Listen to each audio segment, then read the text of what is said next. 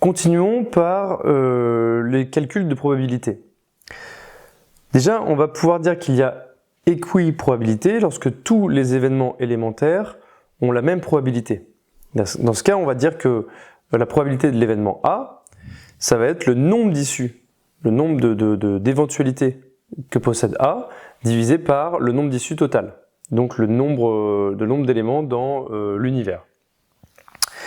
Par exemple, prenons un exemple très simple, le lancer d'un dé. On reprend notre exemple depuis le départ. Le lancer d'un dé à 6 faces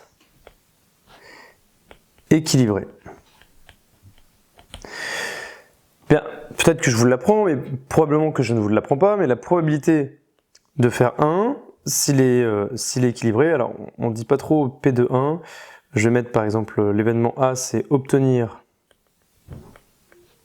1. Donc la probabilité d'obtenir 1, eh ben, c'est une chance, il n'y a qu'une seule chance d'avoir 1 sur 6 au total. D'accord?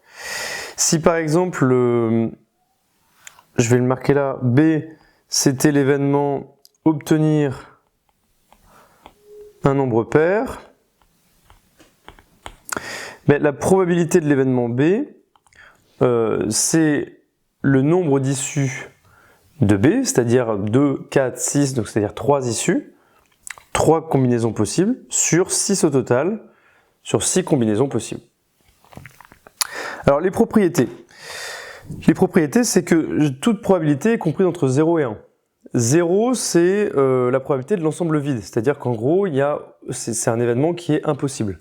On n'a aucune chance, entre guillemets, de pouvoir réaliser cet événement.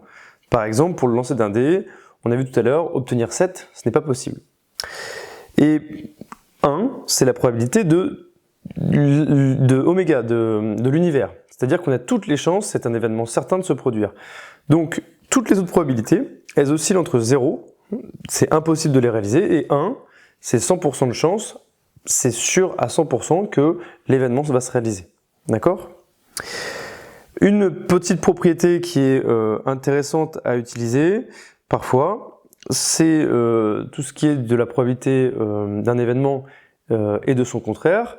La formule qui les lie, c'est juste que la probabilité de l'événement et de son contraire, quand on les additionne, ça fait tout l'univers.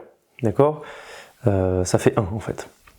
Donc pourquoi ? Parce que prenons un exemple, hein, on va faire avec des exemples, ce sera plus simple. Si par exemple B c'est obtenir un nombre pair, comme on a vu tout à l'heure ici, d'accord ? Eh bien on a vu que dans la slide précédente, ou dans la vidéo précédente, que le contraire, l'événement contraire de B, c'est obtenir un nombre impair. Donc je vais le marquer ici, je vais appeler B bar, B bar. Si on n'a pas un nombre pair, ça veut dire que c'est obtenir un nombre impair. Donc ça veut dire que la probabilité de B, c'est 3/6. Il y a 3 nombres pairs sur 6 au total. La probabilité de B bar, c'est 3/6 aussi. Il y a 3 nombres impairs sur 6 au total. Si vous regardez, P de B plus P de B bar, c'est bien égal à 1.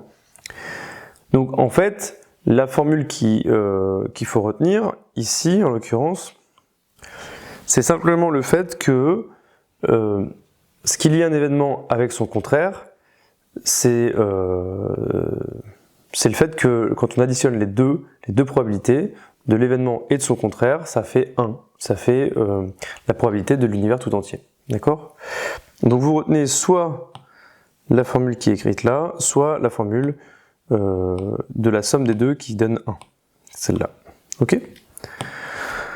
On se retrouve dans une prochaine vidéo pour parler des expériences à 2 épreuves, ce qui a un tout petit peu plus à dire. À tout de suite.